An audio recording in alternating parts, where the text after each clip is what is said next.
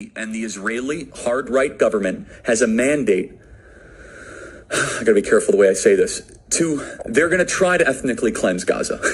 Yep. I mean, I don't use that term lightly, okay? They're talking about basically removing 2.5 million people from there, okay? And honestly, they have a mandate to go seek justice and revenge. They do. This idea that they need to have a truce or a peace treaty, that's morally crap after you see women and children be burned alive and dragged to the streets. But there are some serious questions here, Patrick. And let me tell you, my pattern recognition over the last 5 years has become pretty sharp. COVID, Maui fires, Epstein. When I see a story and it doesn't click, our guts are usually right. So I've been to Israel many times. The whole country's a fortress. When I first heard this story, I still had the same gut instinct that I did initially. I find this very hard to believe.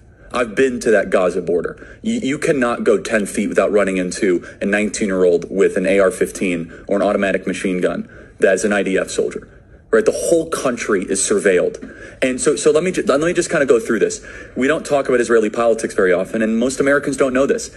The last 9 months, Israel was on the brink of civil war. It's not an exaggeration. This judicial stuff, there were hundreds of thousands of Israelis taking to the streets because Bibi Netanyahu was basically redefining the Israeli constitution. That's not an exaggeration, right? He said the judicial branch has too much power. There were protests planned this week against Netanyahu, where they anticipated tens of thousands of people to take to the streets. That's all gone, Patrick.